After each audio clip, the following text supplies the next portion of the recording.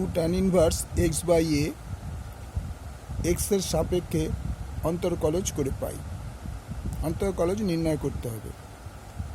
Two tan inverse x by a the d d x two tan inverse x by a, তাহলে আমরা দুটো বাইরে বেরিয়ে আসবে, দুটো ট্যান ইনভার্স এক্স বাই এর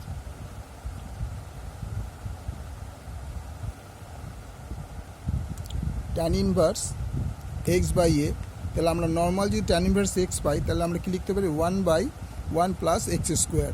যেহেতু এখানে এক্সের জায়গায় এক্স বাই এ আছে তাহলে 1 প্লাস এক্স বাই এ তার হোল স্কোয়ার। এবার এক্স বাই এর ডিডি এক্স করতে হবে। দেখো পরের স্টেপে তো 2কে 1 দিয়ে মাল্টিপ্লাই করলে 2 হয় by 1 plus x square by A. X by এর ডিফারেন্সিয়েশন হচ্ছে 1 বাই এ, তাহলে 2 ইন্টু এটাকে এলসিএম করে না হলো a square plus x square by A square into 1 by a. 2 into এটা উল্টে গেল এ square by A square plus x square into 1 by a.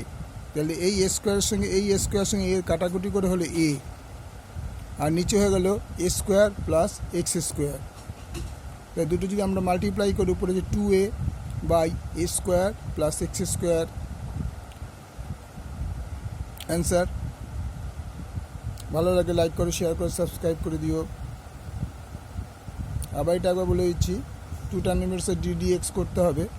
তাহলে শুধু ট্যান ইনভার্সের এক্সের আমরা পাই, এটাও বুঝিয়ে দিই এখানে। Tan inverse x is equal two 1/1 plus x square. এই ফর্মুলাটা আমাদের ইউজ করতে হবে।